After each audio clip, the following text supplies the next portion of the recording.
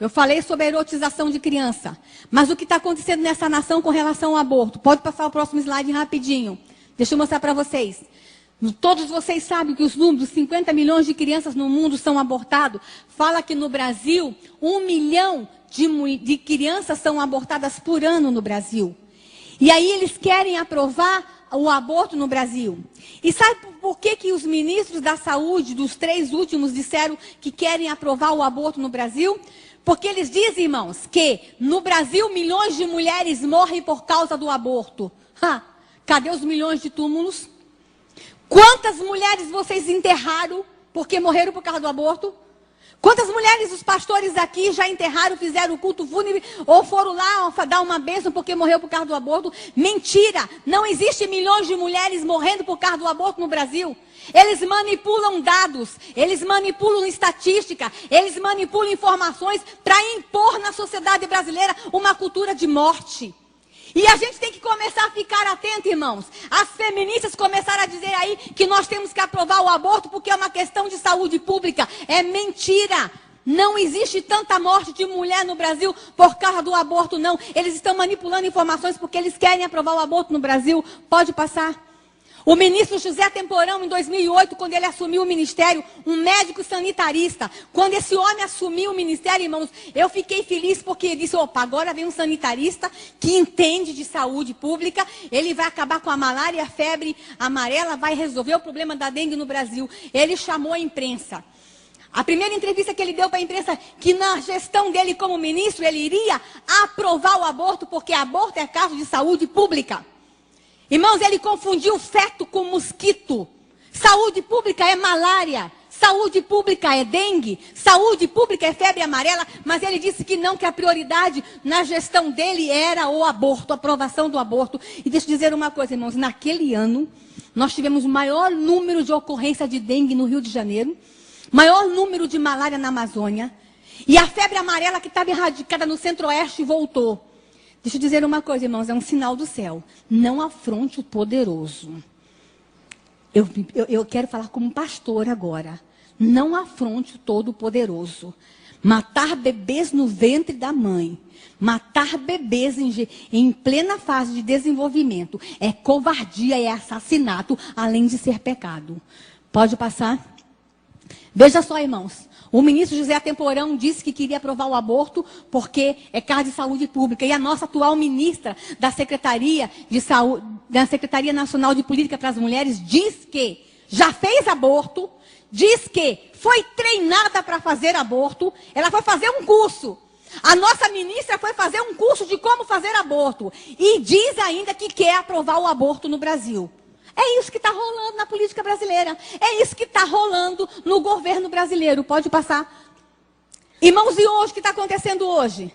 Está acontecendo que nós temos uma reforma do Código Penal que está lá dizendo que quer a aprovação do aborto urgente. Porque eles dizem, irmãos, que aprovar o aborto no Brasil vai acabar com a criminalidade.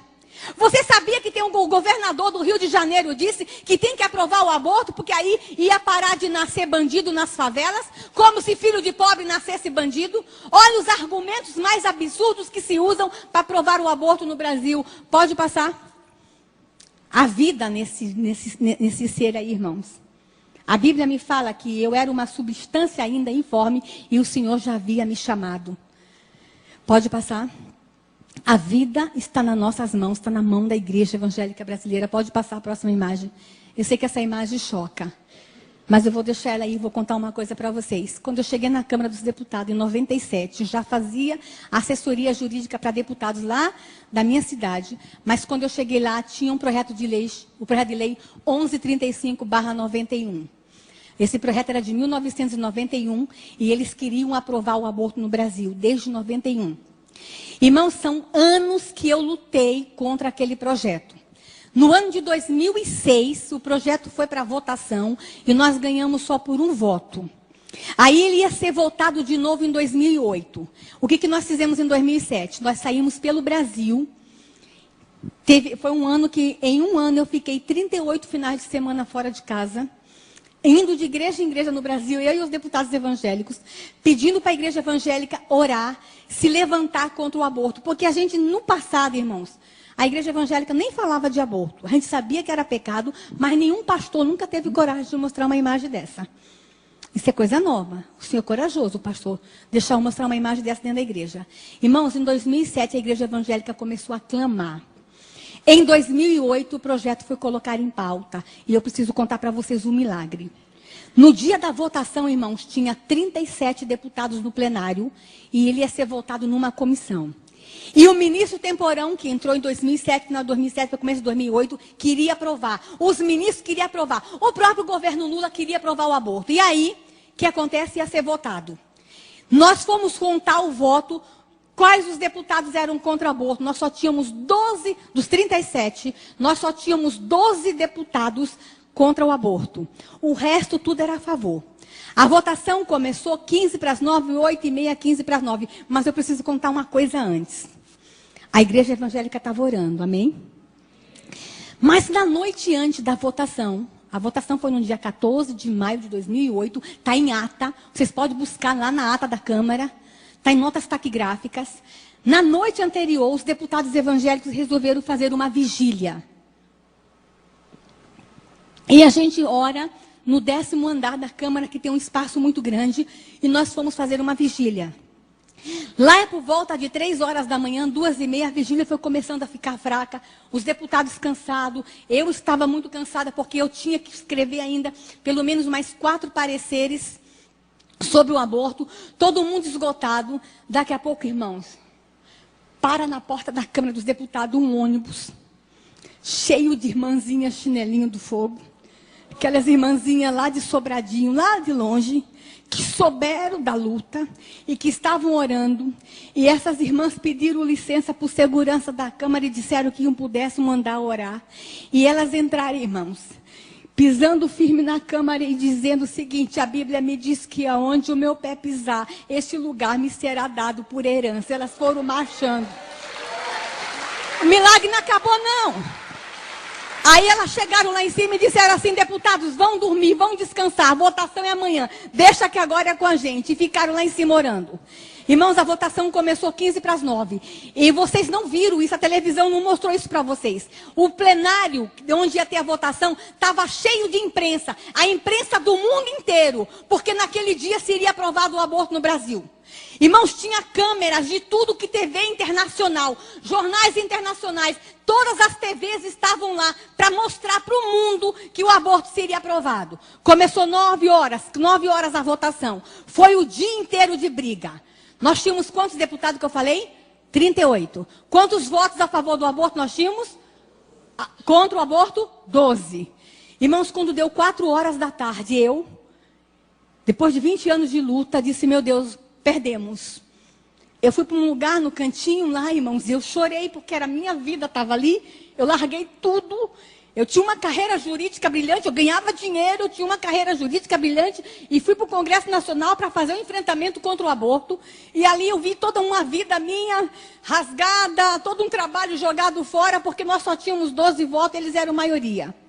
Às 18h30 foi aberto a urna para votar. Quantos eram deputados? 37. Os 4 do PT saíram do plenário. Irmãos, as feministas estavam com faixas, cartazes, as ministras estavam lá, os ministros estavam lá, porque o aborto ia ser aprovado no Brasil. O Brasil ia dar um exemplo de democracia para o mundo. Democracia. Irmãos, quando abrimos a urna, os 4 do PT saíram. Ficaram quanto no plenário? 37 menos 4, quanto que deu? Quantos votos eu tinha? Mas tinha um grupo de mulheres lá em cima orando. Quando a gente abriu a urna, nós ganhamos de 33-0. Irmãos, a partir daquele dia, Deus renovou as nossas forças na Câmara dos Deputados. Irmãos, vocês não têm ideia o que foi os deputados evangélicos pulando, os deputados católicos contra o aborto. Eles se abraçavam, eles oravam o Pai Nosso, eles gritavam, eles choravam. A televisão mostrou isso para vocês? A Rede Globo mostrou isso para vocês? Mas se o aborto tivesse aprovado, eles tinham mostrado. Mas naquele dia, irmãos, Nós estávamos desanimados. 2008, tanto escândalo contra deputado evangélico, tanta confusão no Brasil. Nós estávamos desanimados. Mas naquele dia Deus renovou a nossa força, porque Deus nos disse que não são os deputados que vão mudar essa nação, que não é o governo que vai mudar essa nação, que não é a política, que é a igreja evangélica quando clama. É a igreja evangélica quando se levanta. E é por isso que eu estou aqui, irmãos. Porque esses especialistas em educação podem querer se levantar contra nossas crianças, mas nós vamos nos levantar e vamos dizer, nas nossas crianças vocês não tocam. Pode passar. A igreja em defesa da família pode passar. Irmãos, nós estamos ter cuidado com o que estão fazendo com a igreja. Eu falei das crianças, falei do aborto, agora eu quero falar o que estão fazendo com a nossa fé. E que talvez vocês não estejam nem percebendo.